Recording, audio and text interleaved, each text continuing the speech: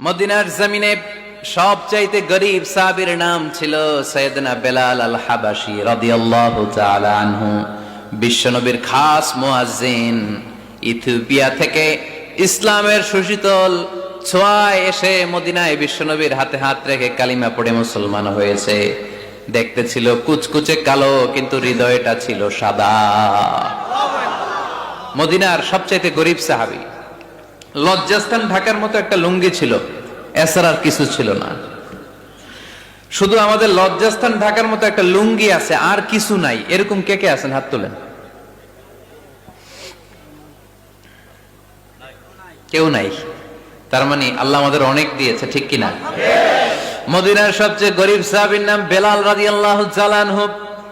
লজ্জাস্থানটা ঢাকার কাপড় ছাড়া তার কিছু ছিল না।